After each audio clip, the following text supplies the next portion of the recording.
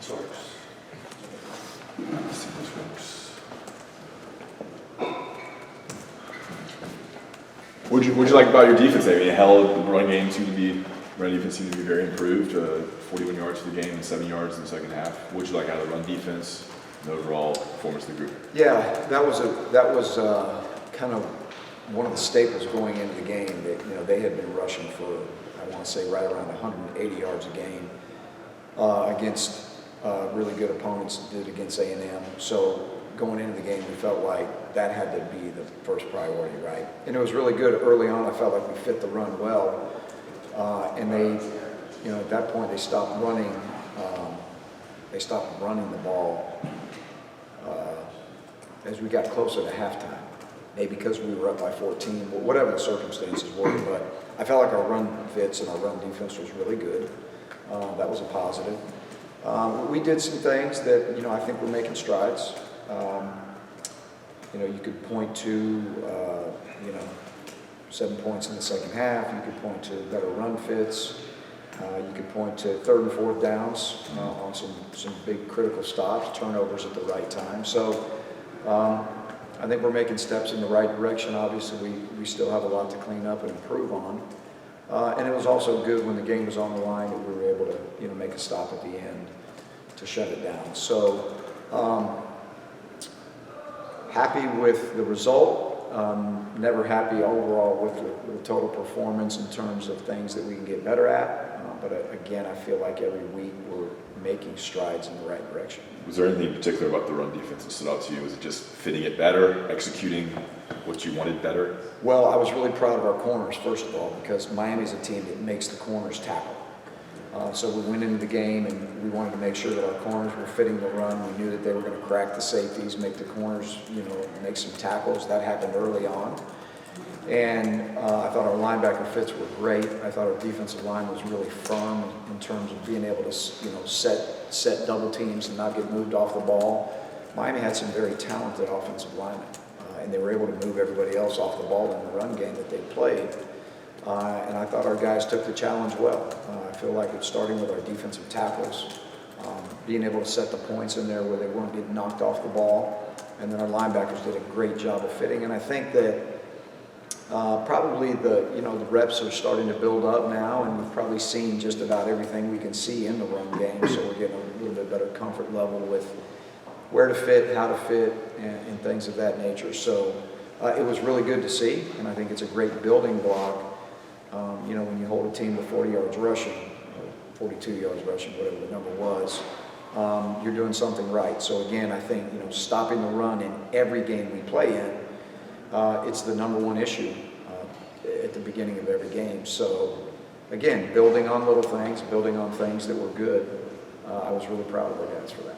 On the goal line stand, they got to the 5, just inside the 5. We looked down there, and Keyshawn Silver's in the game. Hadn't played a whole lot, and then he makes those 2 plays. Makes a big play on the first one. He was a part of the second one as well. What had he been doing to earn the opportunity to be in that position, and what did you think of him making those plays? Well, Keyshawn's been coming along in practice, and it was hot down there. It was humid, so we started substituting the interior defensive lineman early in the game. So before that goal line stand, he was actually in there in the second or third series as well. And we have to be able to do that, with Ray out. We have to build up, we have bodies that, defensive line-wise, they need to be part of a rotation. And Keyshawn's one of those guys, and he's been practicing every week and coming on every week. And so it was really good. When we got to the goal line package, we put him over the center. He's a big body and it's hard to move. So that was by design. But it started with the rotation just in general that we felt like we had to use in the game. And young guys like Keyshawn came in there and played well. Travis Shaw was in there. Keyshawn Silver was in there. So those guys were all part of the rotation early. And they just need to keep coming on in practice. They're young guys who are talented. They're big frame guys. And we need them. This is a long season. So it was good to see those guys pop up. It was good to see that while they were in there, they were productive. and they just need to keep coming on as young guys. You said in August that you wanted to be at a point where if you're in a situation where the team has the ball inside the 5 or the 10, that you can rotate new guys on the defensive front and have trust that they're going to make plays. Are you really close to being there, or is that a sign that you are there? You know, I think we're getting close. You know, you can go back to the Notre Dame game when we were inside the 5-yard line. You know, we had some really good stops in there. We did it again Saturday. We've got big enough bodies to throw down in there that they're hard to move. And I think we're gaining confidence down there in how we play. I wish we weren't down there as much, but when we're down there, I think that, you know, we're doing a good job not getting moved off the ball. I think we're doing a good job of penetrating, and that was a huge stop for our defense. It was a huge stop for confidence. It was a huge stop for players that were in there, young guys that were in there that were part of that, and that was a huge momentum swing. So good to see it. I think we're getting better in some of our run defense, just in general, but definitely down there in the goal line, I think we've played good football down there. So we're making strides. Again, I think we're just taking steps in the right direction in stopping the run, which will be critical for this week, right? I mean, that's what it's going to be about this week. He does a really good job of stopping the run, but I think the confidence and some of the young guys getting to play, I think it's huge. Gene, you guys have given up 7 points in the last 2 second halves combined. Obviously every game is different, but what is a halftime like for you? How much tinkering and adjusting do you do on a normal halftime?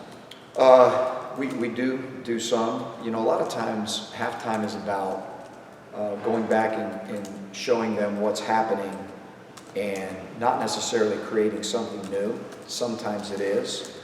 Sometimes it's just going back and showing, hey, when we weren't good, this is what happened, and this is where we have to adjust it. And so, you know, it happens differently at halftime, but, you know, halftime is about getting clarity on what's happened, as well as, you know what, here's how we're going to tweak a couple things to change it in the second half. And we do quite a bit of that. Any players really stand out to you that you think saw some improvement in this game that jumped off the screen after reviewing tape? Yeah, you know, Power Eccles and Cedric Gray jump off the tape every time you watch them. They're just two guys that they love football. They're into it. They see the game. They play fast. They play physical.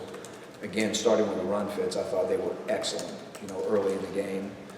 Those two for sure. I thought Dre Boykins, again, you know, obviously the big interception at the end, you know, a sack at a critical moment. He's really starting to show up every week. Proud to see that. And really, if you look at the defensive line, I thought Des Evans really stood out. I thought Des had a really, really good game, maybe his best game in critical moments, making big plays. But he always plays hard. And but he was productive Saturday. And then, you know, with Ray out, I thought KJ Hester did a heck of a job. And when he was in there, you know, he was getting off blocks, he was holding firm and setting a point in the defense. We did a good job rotating, I feel like, defensive line to make sure he kept fresh in the heat and the humidity. But I thought he did a really nice job as well. So we're starting to get 4, 5, 6 guys every week that we feel like are stepping up to the plate. We need some more guys to come on as well, but those guys would stand out. Gene, when you look at what Duke brings to the table, obviously having another legitimate quarterback, he's someone that's been dangerous with his legs. We've seen it a lot of times on the scrambles and a couple times with the design run. What's sort of your game plan going into this week? Obviously, you guys have faced a little bit of running quarterbacks over the course of the year, but maybe not quite as much purely on the scrambles we've seen from Notre Dame. Yeah, he's really good. I'm really impressed with him. Number one, his ability to scramble and extend plays with his legs. Really, really talented. I think he's got a great feel for the game. I think when you look at quarterbacks that hurt you with their feet, they just have this sixth sense, you know, when they're back in the pocket. And, you know, him being able to see windows to escape in. I mean, he's in yards right now, he's their leading rusher. And then some of those are by design quarterback runs, as you mentioned. A lot of it's by quarterback scrambles as well, right? So that's a challenge in the pass game. And in the run game, all the different ways that they use him to run the football. Quarterback design, quarterback draws, let everybody get into pass coverage. It's kind of delayed quarterback draw, really good with that. And he's really good with the ball in the perimeter. He'll pull the ball in the perimeter. And so we have to be just sound in what we do. We always have to have enough people. Defense comes down to a numbers game, and when he gets the ball on the perimeter in the design quarterback run game, you have to make sure that you have enough people for that. So it's a challenge, and but we're working on figuring out how to do all that right now. But he's a tough guy to corral for sure. Gene, Mac was saying, it's sort of along the same lines with getting more guys in the defensive line and playing more people and having them experience success when they're in there. He was saying when you get Keyshawn Silver 10 snaps, or you get KBJ or Callum, these guys make a play here or there that, I guess it just feeds what feels like maybe some positive, I guess what I'm saying is you see some positive momentum developing there, aside from the right technique and the right X and O stuff. Do you see a positive feeling developing more and more maybe for your defense, particularly like the defensive line guys? I do. I feel like guys, you mentioned Jacoby Cowan. I mean, this guy's been a huge part of our dime package with pass rush. He's done a great job. And the more guys we can get in, and the more guys that can be on the field when good things happen, of course it breeds confidence. And these guys, they love playing the game. Unfortunately, you can only play 11 at a time, and we have a lot of defensive linemen. So the challenge for us is to make sure that we, put the right guys on the field all the time at the right time. When the games are on the line, games are on the line every week for us, right? So getting those guys in at the right time, having a really good balance of the rotation where we keep fresh bodies out there, and then making sure that we have pass rushers on the field when it's time to pass rush, and make sure that we have run stoppers on the field. We just talked about the goal line stuff, right? Those type of guys, and being able to mix and match those situations with those bodies. But I feel like slowly but surely, our defensive line is getting more confident, and more guys are playing, and we need to play them, and they need to be productive when they're in there if they're going to continue to play. So it's happening slowly but surely, and we hope that it continues to grow in the second half of the season for sure.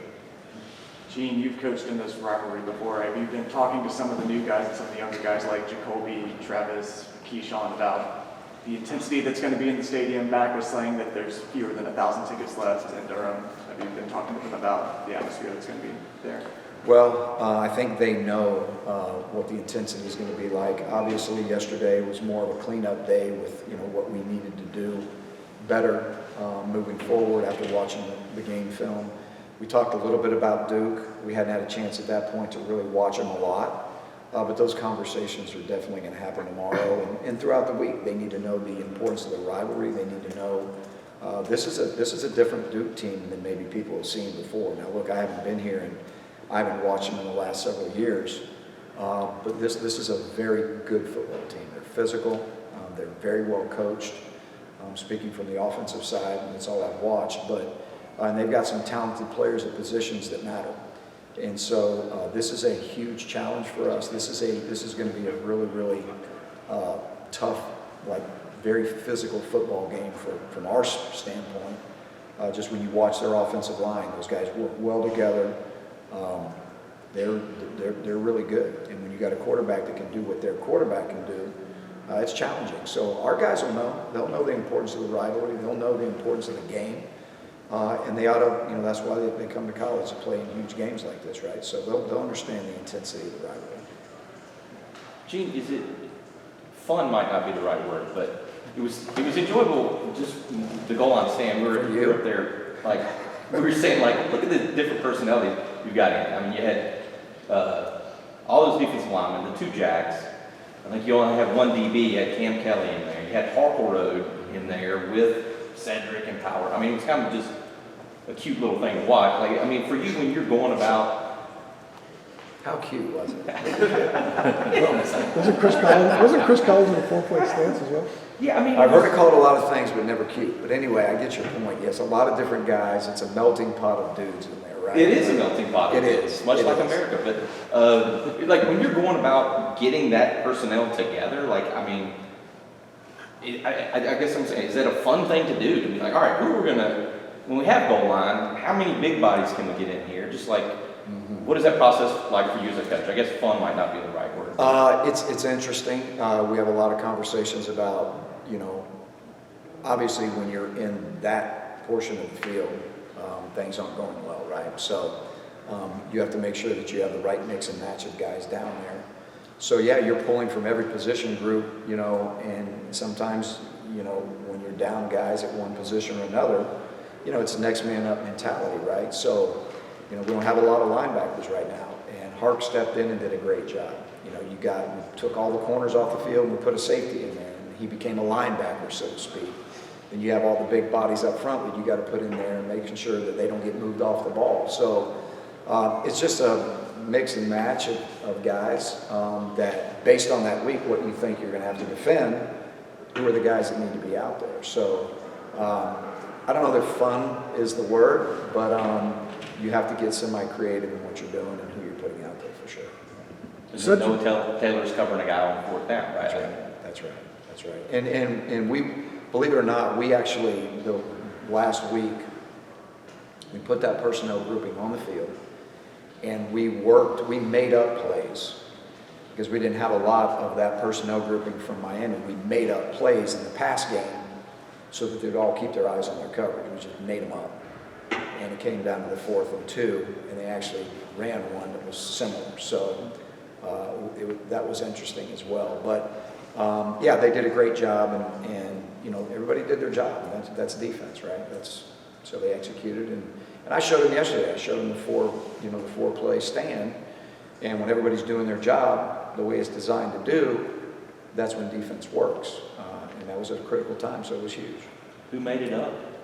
We just kind of drew up some routes and made some things up as coaches, and just gave them different possibilities.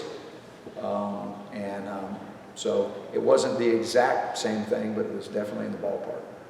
Gene, you talked about being close and pass rush, like if the coverage holds just a little bit, how close you guys are getting to the quarterback. When do you see that kind of going in your favor? Like actually getting sacks? Yeah, how close is close? We were close a lot Saturday. We were close a lot. We got to tighten the coverage up. I feel like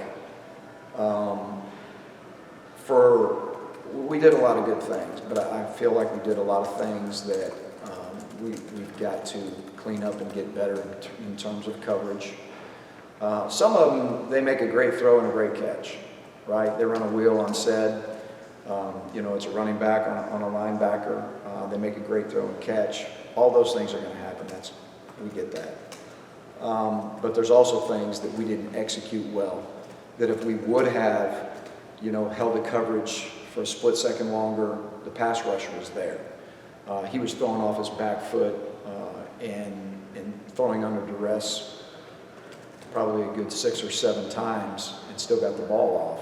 Where if the coverage is a little bit tighter, 3 of those could be sacks. So we got a lot to clean up back there in terms of that. They threw it 52 times, and they're going to complete some balls, but entirely too much yards, entirely too many explosive plays, just unacceptable. And again, it's going back, every week trying to figure out what part of the defense we have to get better at and fix, and that's definitely one of them, because if that does happen, to your point, I feel like we have 5 sacks instead of 2 or 3 we had. Sounds good. Gene Boykins really has showed up every week. Do you think his play is contagious? And also, has he earned more respect from the upperclassmen or other players in the locker room? Yeah, he's got the full respect of everybody on our team because of the way he plays, but more importantly, or as importantly, the way he prepares. Last week, it's probably 3:30, 4 o'clock in the afternoon. Everybody's gone. You hear some noise down there on the second floor. That's him and somebody else in there watching film by themselves, just talking through stuff. He loves the game, he loves to prepare, he loves to play. His play is showing up, the reps are carrying over, and he's tough. I mean, he loves the game, he's just a tough dude. So he has the respect of everybody in the locker room. The way he plays, the way he loves the game, he just loves football. And that's why we love being around guys like that, because to your point, it absolutely becomes contagious when other guys see those things. All right. You good? All right, thanks, Coach. Thank you, Jake. Appreciate it.